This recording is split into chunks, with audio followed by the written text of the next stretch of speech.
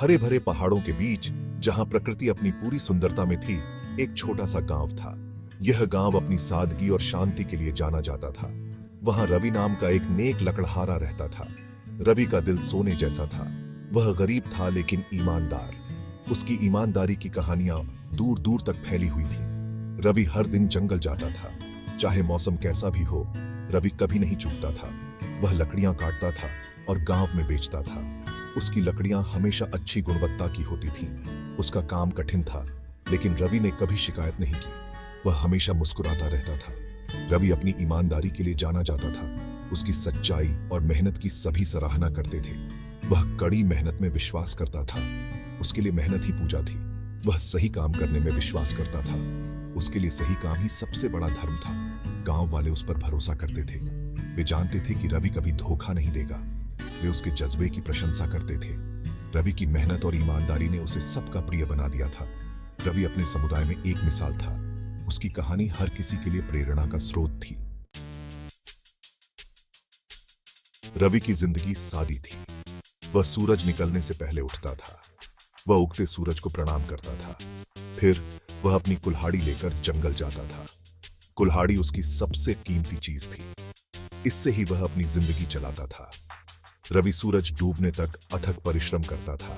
लकड़ियां काटता रहता था।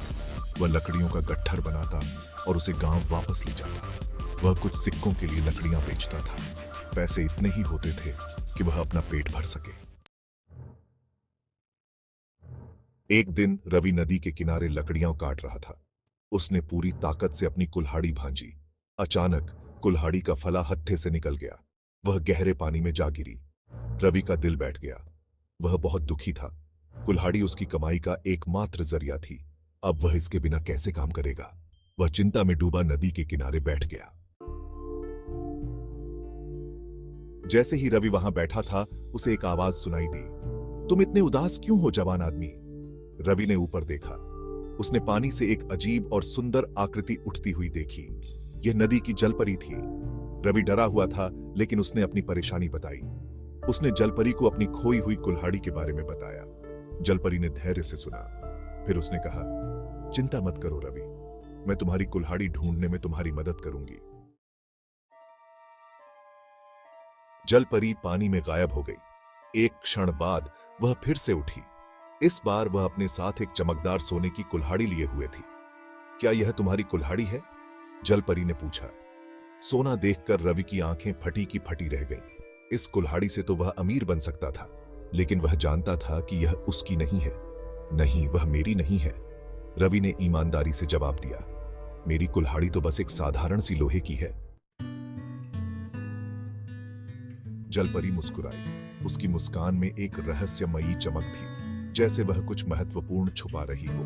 वह फिर से नदी में डूब गई। पानी की लहरें उसके चारों ओर घूमने लगी, जैसे वे उसे अपने भीतर समा लेना चाहती हो।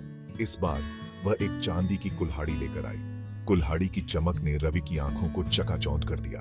यह कैसी है? उसने पूछा। उसकी आवाज में एक उम्मीद की झलक थी, जैसे वह जानता हो कि यह उसकी नहीं है। रवि ने अपना सिर हिला दिया। उसकी आंखों में निराशा साफ झलक रही थी। नहीं, यह भी मेरी नहीं है, उसने कहा। उसकी आवाज में सच्चाई और ईमानदारी थी। वह चांदी की कुल्हाड़ी से ललचा गया था, लेकिन वह सच्चा रहा। उसने अपने मन को मजबूत किया और प्रलोभन को ठुकरा दिया। जलपरी आखिरी बार नीचे गई। पानी की गहराई में उसकी छवि धीरे धीरे धुंधली हो गई। जब वह ऊपर आई तो वह रवि की पुरानी जंग लगी हुई लोहे की कुल्हाड़ी लिए हुए थी। कुल्हाड़ी की जंग ने उसकी पुरानी यादों को ताजा कर दिया। क्या यह तुम्हारी कुल्हाड़ी है? उसने पूछा। उसकी आवाज में एक नरमाहट थी, जैसे वह रवि की परीक्षा ले रही हो। हाँ, यह मेरी है, रवि खुशी से चिल्लाया।